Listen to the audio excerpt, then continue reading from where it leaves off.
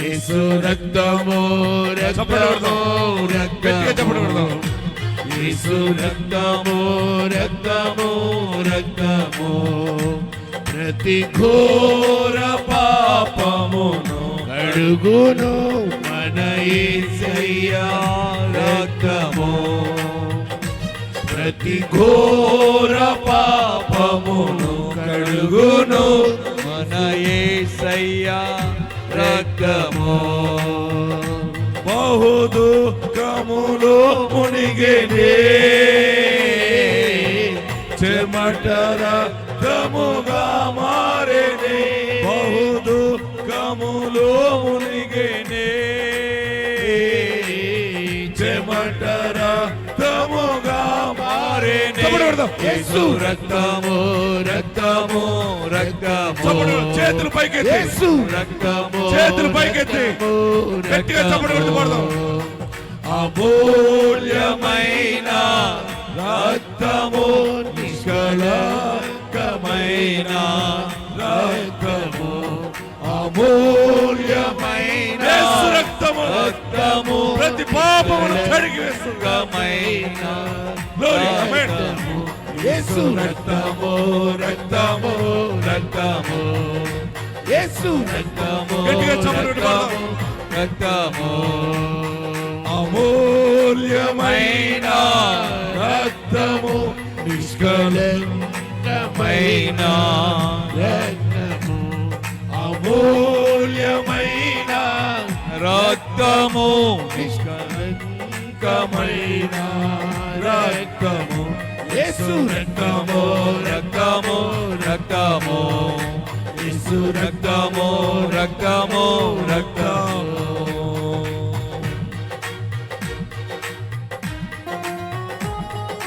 యేసు రక్తము మన సాక్షిని శుద్ధి చేస్తుంది.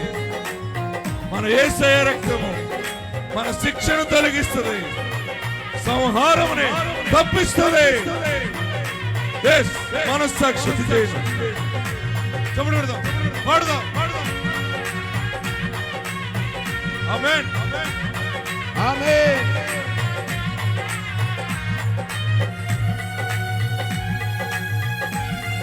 Glory, hallelujah. మనసాక్షిని శుద్ధి చేయును మన యేసయ్య రక్తము. మనసాక్షిని శుద్ధి చేయగల శక్తి యేసు రక్తములో ఉంది. చేయును మన యేసయ్య రక్తము మన శిక్షను తొలగించెను, సంహారమునే తప్పించెను. మన శిక్షను తొలగించెను, సంహారమునే తప్పించెను. యేసు రక్తము రక్తము రక్తము యేసు రక్తము రక్తము రక్తము అమూల్యమైన రక్తము నిష్కళంకమైన రక్తము అమూల్యమైన రక్తము నిష్కళంకమైన రక్తము యేసు రక్తము రక్తము రక్తము రక్తము రక్తము రక్తము ఆమేన్. ప్రతి ఘోర పాపమును కడుగును మన యేసయ్య రక్తము. మందరు పాడాలి. ప్రతి ఘోర పాపమును కడుగుతుందని పాడదాం. తెలిసి చేసిన తెలియక చేసిన ప్రతి ఘోర పాపము కడిగి వేయబడుతుంది.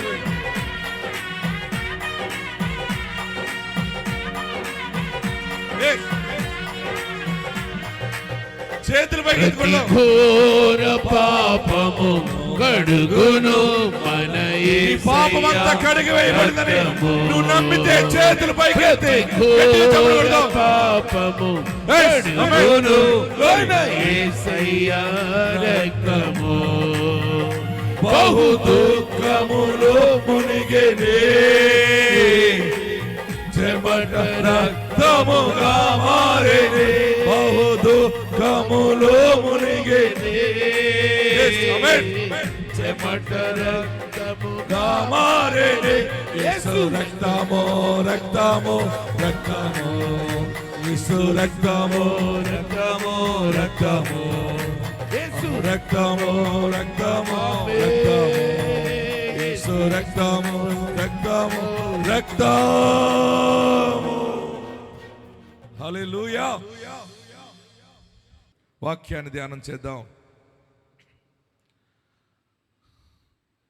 నేను మంచి సేవకులు కావాలని ప్రార్థిస్తున్నాను. మన పరిచర్యలో వాక్యం బోధించే సేవకులు కావాలి. ఈ దర్శనంలో పాలుభాగస్తులైన సేవకులు కావాలని. నేనే ఒంటరిగా నలిగిపోతున్నాను. నా వాయిస్ చూసారు ఎలాగుందో.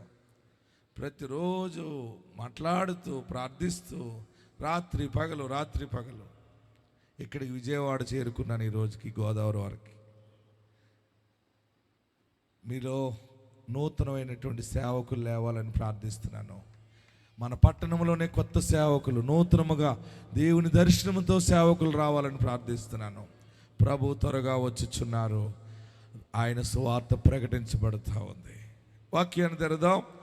దినవృత్తాంతములు 33వ అధ్యాయము. దినవృత్తాంతాలు 2వ గ్రంథము 33వ అధ్యాయము. నేను ప్రార్థన చేస్తున్నప్పుడు దేవుడు నాకు ఇచ్చినటువంటి వాక్కు నేను మీకు తెలియపరుస్తున్నాను. 2 Chronicles chapter 33 verse 12. దినవృత్తాంతాలు 2వ గ్రంథం 33వ అధ్యాయము 12వ వచనం. మైక్ తీసుకోండి. దినవృత్తాంతములు 33వ అధ్యాయము, 2వ దినవృత్తాంతములు 33వ అధ్యాయము 12వ వచనం. ఎంతమంది దగ్గర బైబిల్ ఉన్నాయి? పైకి చూపించండి. ఎస్, అందరి దగ్గర ఉన్నాయి. ఇంకా లేని వారు కూడా బైబిల్ దగ్గర పెట్టుకోండి. మీరందరూ ప్రార్థనా పూర్వక సిద్ధపడండి. ఎస్, బైబిల్ తెరవండి.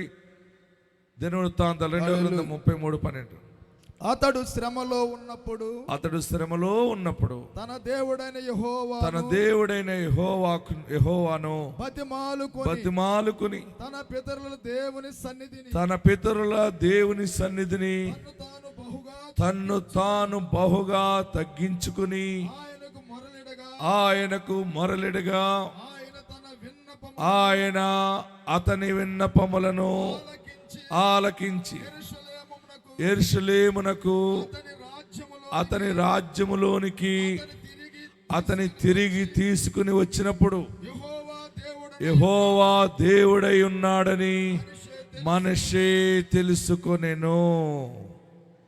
ఇప్పుడు నేను 3 అంకెలు చదివినప్పుడు అందరూ చదవాలి. ఈ 12, 13 వచనాలు చదువుదాం. స్టడీ 1, 2, 3 గట్టిగా చదవాలి. అతడు శ్రమలో ఉన్నప్పుడు తన దేవుడైన యెహోవాను బతిమాలుకుని తన పితరుల దేవుని సన్నిధిని తన్ను తాను బహుగా తగ్గించుకుని ఆయనకు మొరలిడగా ఆయన అతని విన్నపములు ఆలకించి యెరూషలేమునకు అతని రాజ్యములోనికి అతను తిరిగి తీసుకుని వచ్చినప్పుడు యెహోవా దేవుడై ఉన్నాడని మనషే తెలుసుకొనెను. ఆమేన్. మనషే అనే వ్యక్తి గురించి చాలా విషయాలు మనకు తెలుసు. మనషే మంచి పరిపాలన చేస్తున్నాడు. సడన్గా మనుషుడు పరిపాలన విధానంలో దేవునికి దూరమైనటువంటి స్థితిని కొనసాగించాడు. దేవుడు తన దూతలను పంపించి, మనుషులను పంపించి, సేవకులను పంపించి హెచ్చరించాడు. అలా చేయొద్దు, ఇలా చేయొద్దు, అలాగ అక్రమంగా జీవించొద్దు అని చెప్పాడు. అయినా మనషే తనకేది తోస్తుందో అదే చేశాడు. దేవుడు చెప్పినట్టు కానీ దేవుని నిబంధనల ప్రకారం చేయాలన్న మనసు ఆయనకు రాలేదు. దేవునికి కోపం వచ్చింది. చూడండి, మనం పైకి చదివితే మనకు చాలా క్లియర్గా కనబడుతుంది. 9వ వచనం చదవండి. 33వ అధ్యాయము 9వ వచనంలో ఈ ప్రకారము మనషే యూదా వారిని యెరూషలేము కాపురస్తులను మోసపుచ్చిన వాడై ఇశ్రాయేలీయుల ఎదుట ఉండకుండా యెహోవా నశింపజేసిన అన్యజనుల కంటెను వారు మరింత అక్రమముగా ప్రవర్తించినట్లు చేయుటకు కారకుడాయను. యెహోవా మనష్షేకును అతని జనులకును వర్తమానమును పంపినను వారు చెవియొగ్గకపోయిరి. కాబట్టి యెహోవా అష్షూరు రాజు యొక్క సైన్యాధిపతులను వారి మీదకి రప్పించెను. మనష్షే తప్పించుకొని పోకుండా వారు అతని పట్టుకొని గొలుసులతో బంధించి అతనిని బబులోనునకు తీసుకొని పోయిరి. అది శ్రమ. ఆమేన్. గట్టిగా హల్లెలూయా చెప్పండి. ఇంకా హల్లెలూయా చెప్పండి. అక్రమముగా జీవించిన విధానము. కొన్ని సమయాల్లో మానవ జీవితం ఎలా ఉంటుందంటే, మనిషిగా బ్రతకటం మాని మనిషి ఒక క్రూరమైనటువంటి మృగముగా బ్రతుకుతాడు ఒక్కొక్కడు. మానవ జీవితము మానవత్వము కలిగి బ్రతకాలని దైవము కోరుకుంటుంది. ఈ రోజుల్లో ఎక్కడ చూసినా అత్యాచారాలు, ఎక్కడ చూసినా మర్డర్లు, పొడిసేయటాలు, చంపేయటాలు, తీసుకెళ్ళిపోవటాలు. అసలు మనం ఎలాంటి మాటలు వింటున్నాం అంటే, ఉదయం లేచినప్పటి నుండి భయంకరమైనటువంటి మాటలు వింటున్నాం. మనము ఇలాంటి మాటలు వింటామని కూడా ఊహించని మాటలు వింటున్నాం. తెల్లారు లెగిస్తే న్యూస్ పేపర్లో ఏంటి, మీడియాలో వార్తలేంటి, ఏది చూసినా కొన్ని సమయాలు బాగా గమనించండి, మానవుడు ఎంత అక్రమానికి దగ్గరైపోతున్నాడో, ఎంత క్రూరమైన మనస్తత్వం కలిగి ఉంటున్నాడో. మానవుడిలో మానవత్వం పోయింది. ఏం పోయింది? అసలు మానవత్వం అనేది, మనము మానవత్వం కలిగి ఉండాలని యేసు ప్రభు మానవుడిగా భూలోకానికి వచ్చారు. యేసు ప్రభు వారు వేరే అవతారంలో వచ్చినేమో, కానీ మానవుడు చాలా దుర్మార్గపు మనసు కలిగి ఉంటున్నాడను, మానవుడిలో దైవము లేదని చెప్పి దైవమే మానవ రూపములో కన్య మరియ గర్భానదికి వచ్చిన నజరేయుడైన యేసు చెప్పిన మాట, నిన్ను వలే నీ పొరుగు వారిని ప్రేమించు. హల్లెలూయా చెప్పండి. గట్టి హల్లెలూయా చెప్పండి. ఇంకా గట్టి హల్లెలూయా చెప్పండి. ఇంకా గట్టి హల్లెలూయా చెప్పండి. ఏ మనుషుడు చూసినా మోసపూరితమైన మనసు ఉంది. డబ్బు కోసం ఏదైనా చేస్తాడు. ఈరోజు పరిశుద్ధాత్ముడు నీతో మాట్లాడుతూ ఉన్నాడు, నాతో మాట్లాడుతున్నాడు. లోకములో మనుషులు పాడైపోతున్నారు. పరిపాలన చేసేవారికి, పరిపాలకులకు, పరిపాలించబడుతున్న వారికి అందరికీ దైవము మనకు బోధిస్తూ ఉంది. మనం మంచి ప్రవర్తన కలిగి ముందుకెళ్ళినప్పుడు దైవము మనకి సహకరిస్తుంది. ఆమేన్. మరి మనష్షే రాజుగా ఉన్నాడు. 33వ అధ్యాయంలో 1వ వచనంలో ఉంటుంది, మనష్షే ఏలన ఆరంభించినప్పుడు 12 ఏండ్ల వాడై యెరూషలేములో 45 సంవత్సరములు ఏలెను. హల్లెలూయా, హల్లెలూయా. ఇక్కడ వచ్చినప్పటికి ఏమైనాడంటే 9వ వచనంలో, ఈ ప్రకారం మనష్షే యూదావారిని, దేవుని బిడ్డలను, యెరూషలేము కాపురస్తులను మోసపుచ్చిన, నశింపజేసిన అన్యజనుల కంటే, హల్లెలూయా, అన్యజనుల కంటే ఇశ్రాయేలీయుల ఎదుట ఉండకుండా యెహోవా నశింపజేసిన అన్యజనుల కంటేను వారు మరింత అక్రమముగా ప్రవర్తించినట్లు చేయుటకు కారకుడాయెను. ఎప్పుడైతే అక్రమానికి కారకుడిగా మారిపోయాడో దేవుడిచ్చిన అధికారమును కోల్పోవటం జరిగింది. హల్లెలూయా చెప్పండి. ఏదైనా మన స్థితి దరిద్రముగా మారాలంటే, ఎందుకంటే మన ప్రవర్తన సరిగా లేనప్పుడు, మనము దుష్టాలోచనలో అందరూ నాశనం అయిపోవాలి, నేనే బాగుపడాలని దుష్టాలోచన. మనష్షే జీవితము మొత్తం దేవుని ఎదుట చాలా చీకటిగా మారిపోయింది. దేవుడు వర్తమానం పంపాడు, నువ్వు అలా ఉండటం మంచిది కాదు, నీవు ఆ రీతిగా యూదా వారిని, యెరూషలేము వారిని బాధ పెట్టడం మంచిది కాదు అంటే, నాకు చెప్పేవారెవరు అనుకున్నాడు. అప్పుడు దేవుడు ఏం చేశాడంటే, తనకు విరోధముగా ఎవరున్నారో వారికి దేవుడు సహాయము చేసి వారిని వీరి మీదకి పంపించి చివరికి మనష్షేని విడిపించుకోవటానికి వీలు లేకుండా బంధించేశారు. చదవండి, అక్కడ 11వ వచనం చదవండి, అందరు చదవాలి.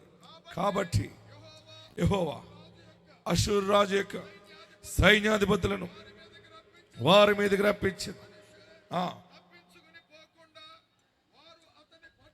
చూడండి, మనష్షే తప్పించుకొని పోకుండా వారు అతని పట్టుకొని గొలుసులతో బంధించి అతనిని బబులోనుకు తీసుకుని పోయిరి. రాజుగా ఉన్నవాడు, పరిపాలన చేస్తున్నవాడు చివరికి ఒక బందిపోటు దొంగ వలె బంధించబడ్డాడు. పాపము విస్తరించినప్పుడు మనిషికి శ్రమ ప్రారంభమవుతుంది. హల్లెలూయా చెప్పండి. అక్రమమును దున్ని కీడును విత్తువాడు అదే పట్టుకొస్తాడు. నా ప్రియ సహోదరులరా, నీ జీవితంలో నేను ఇలా పడిపోయానేంటి, నాకు ఇలాగ నాశనం అయిపోయినేంటి అని అనుకుంటామేమో. ఈరోజు పరలోకము నుండి దేవుడు నీకు ఇస్తున్న గొప్ప మాట ఏంటంటే, తెలుసో తెలియకో పట్టుదలకెళ్ళి దేవునికి విరోధముగా మాట్లాడేవేమో. నీలో ఉన్నటువంటి బలాన్ని, నీలో ఉన్న ధనాన్ని, జ్ఞానాన్ని నమ్ముకుని దేవునికి దూరముగా జీవించేవేమో. శ్రమ పడుతున్నావని, బాధపడుతున్నావని అనుకుంటున్నావు కదా.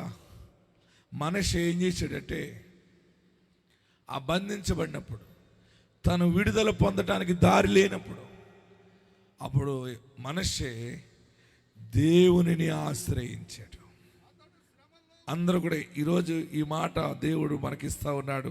12వ వచనం, అతడు, అందరూ చదవాలి, అతడు శ్రమలో ఉన్నప్పుడు తన దేవుడని యెహోవాను బ్రతిమాలుకుని తన పితరుల దేవుని సన్నిధిని తన్ను తాను బహుగా తగ్గించుకొని ఆయనకు మొరలిడగా ఆయన తన విన్నపములను ఆలకించి యెరూషలేమునకు అతని రాజ్యములోనికి అతనిని తిరిగి తీసుకుని వచ్చెను. హల్లెలూయా. గట్టిగా హల్లెలూయా చెప్పండి, ఇంకా గట్టిగా హల్లెలూయా చెప్పండి, ఇంకా గట్టిగా హల్లెలూయా చెప్పండి. మనష్షే చరిత్ర అంతా చూస్తే మరలా తిరిగి ఆ యెరూషలేములోకి వెళ్తానన్న మాట, ఆలోచన అతనికి బొత్తిగా లేదు. నేను చేశాను తప్పు, నేను పాపము చేశాను, దేవా నన్ను క్షమించు బాబు. యెహోవా దేవా, నీవెంత హెచ్చరించినా నేను నీకు విరోధముగా పాపం చేశాను, నన్ను క్షమించు అని అడిగిన వెంటనే జాలిగల దేవుడు, ప్రేమామయుడు యెహోవా దేవుడు మనష్షే పట్ల కృప చూపటం మొదలు పెట్టాడు. తను తగ్గించుకుని ప్రార్థన చేస్తే మరలా అష్షూరీయుల చేతిలో నుండి విడిపించబడి మరలా యెరూషలేముకి తిరిగి వచ్చి కాలు పెట్టాడు. మరలా మనష్షే నిలబడ్డాడు. దేవుడు మనష్షే కోల్పోయిన దానిని మరలా దేవుడు మనష్షేకి ఇచ్చి మనష్షే దేవుడిని అనిపించుకున్నాడు. ఆమేన్. ఈరోజు పరిశుద్ధాత్మ దేవుడు మాట్లాడుతూ ఉన్నాడు. నీవు చేసిన అక్రమాన్ని యేసు నామములో ఒప్పుకుంటే, నీవు చేసిన దొంగతనము యేసు నామములో ఒప్పుకుంటే, నీవు చేసిన విచారము యేసు నామములో ఒప్పుకుంటే, నీవు దేవునికి దుష్ట ప్రవర్తనగా ప్రవర్తించిన ప్రవర్తన, దేవునికి విరోధంగా మాట్లాడిన మాటలు, దేవునికి విరోధముగా చేసినటువంటి పరిస్థితులు, పనులు, అవన్నీ కూడా ఈరోజు యేసు నామములో ఒప్పుకుంటే, తన సేవకుడు చేతులుంచి ప్రార్థిస్తుండగా నీ మీద పాపము, నీ మీద దోషము అంత కొట్టుకుపోతుంది. మరలా నీ రాజ్యము నీకు వస్తుంది, మరలా నీ ఆస్తి నీకు వస్తుంది, మరలా నీ ఆశీర్వాదం నీకు వస్తుంది, నీ అధికారం నీకు వస్తుంది. యేసు నిన్ను ప్రేమించుచున్నాడు. హల్లెలూయా, హల్లెలూయా. మనష్షే అనుకున్నాడు, నేను మరలా యెరూషలేముకు వస్తానని అనుకోలేదు. పోయినది మరలా ఎందుకు వచ్చిందంటే మనషే తన్ను తాను తగ్గించుకుని ప్రార్థించాడు. మనషే తన్ను తాను దేవుని ఎదుట గోజాడుకున్నాడు. నేను మాట్లాడాను, తప్పు మాట్లాడాను, నాకు జ్ఞానము లేకుండా నిర్ణయం తీసుకున్నాను. నేనే జ్ఞానిని అనుకున్నానయ్యా, నా జ్ఞానం ఎర్రిది, నా జ్ఞానం ఏపాటిది, పిచ్చివాడును, నీ ఎదుట పాపము చేశాను బాబు అని బంధించబడినప్పుడు, గొలుసులతో కట్టబడినప్పుడు నా బ్రతుకేంటి, నేను అనుభవిస్తున్న శిక్ష ఏంటి, నాయనా నీవే నాకు సహాయం చేయని అడిగాడు.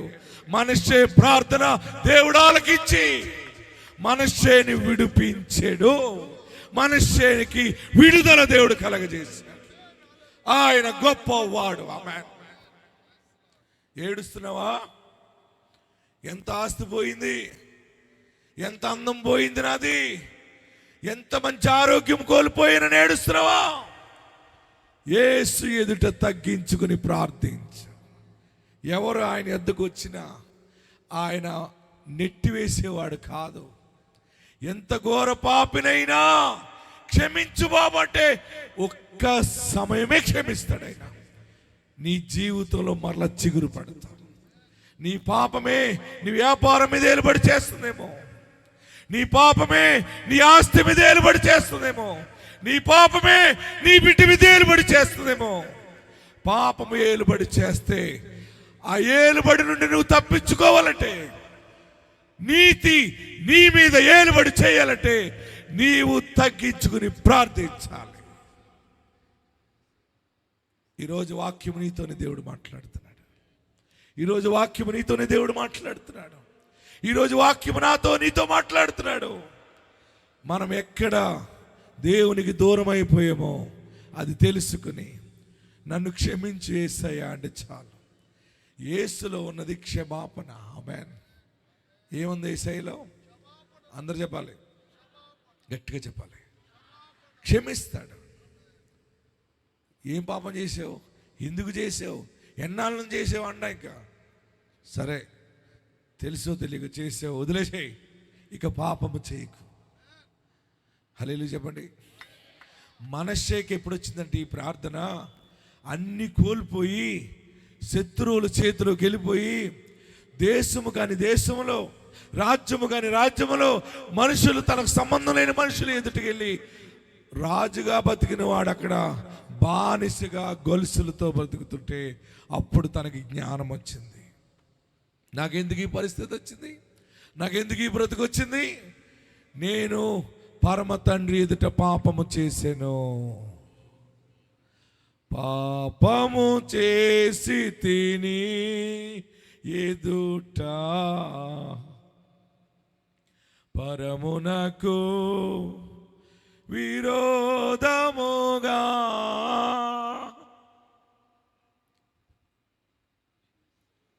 నేను పాపం చేశానయ్యా. నీ పాపం నీకు తెలుస్తుందా?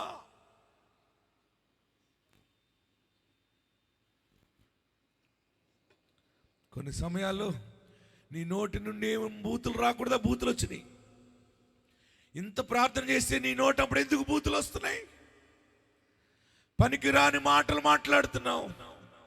ఎవరితో కూర్చోకూడదో వారితో కూర్చుంటున్నావు, ఎవరితో మాట్లాడకూడదో వారితో మాట్లాడుతున్నావు. కీర్తన 1వ అధ్యాయంలో ఉంటుంది, దుష్టుల ఆలోచన చెప్పు నడువక, పాపుల మార్గము నిలువక, అపహాస్కులు కూర్చుండు చోటు కూర్చుండక, యెహోవా ధర్మశాస్త్రమునందు ఆనందించు, దివారాత్రము దాన్ని ధ్యానించువాడు ధన్యుడు.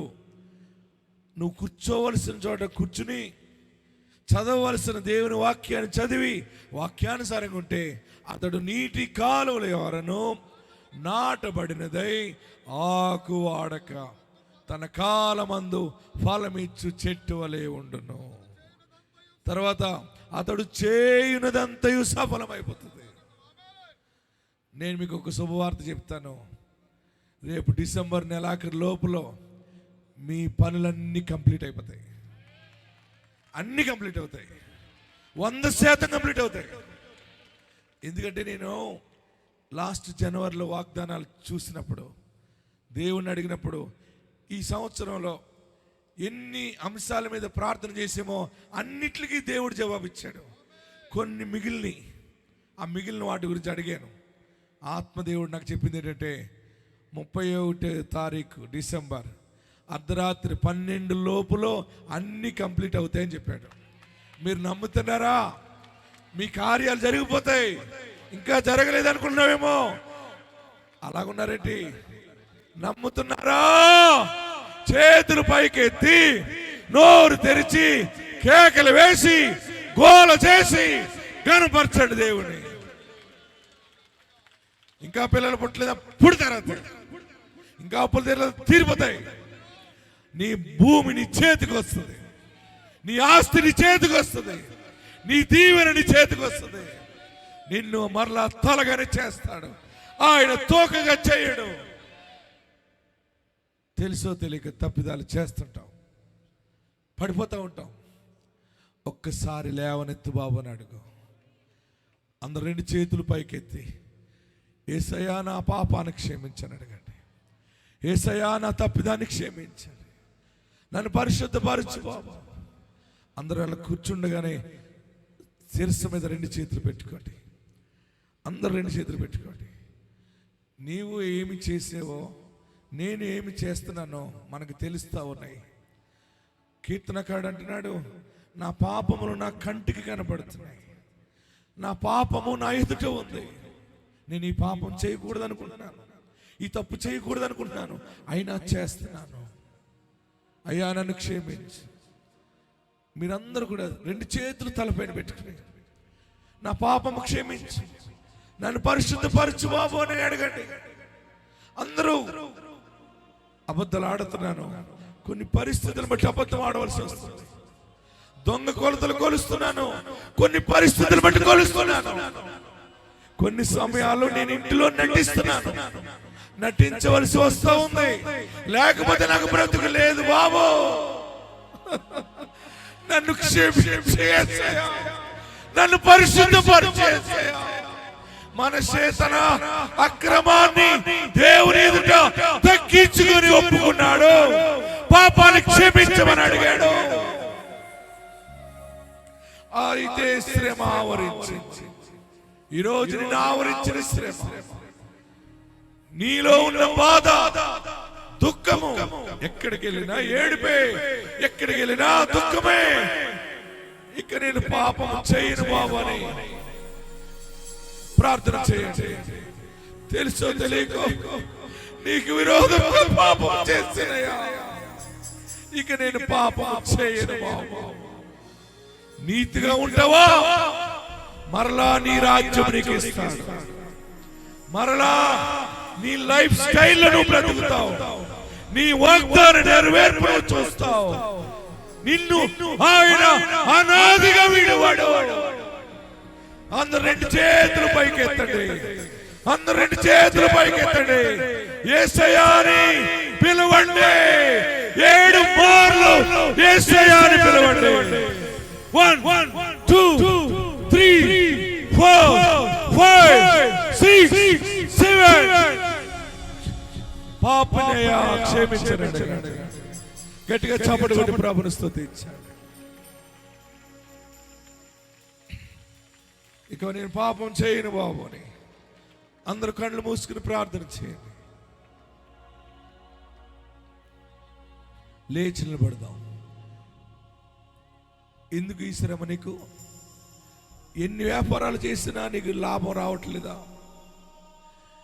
ఎంత ఉద్యోగం చేసినా 1 రూపాయి కూడా మిగలలేదా? ఎంత కష్టపడుతున్నాను, ఏది దరికి రావట్లేదని ఏడుస్తున్నావా? నీ పాపము నీకు అడ్డొస్తుంది. మీరు మేలు పొందుకున్నట్లు మీ పాపములే అడ్డుబండలు వస్తున్నాయి. ఇంకా పౌరుషముగా భార్యతో గొడవాడుతున్నావా? ఇంకా పౌరుషముగా భర్తతో గొడవాడుతున్నావా?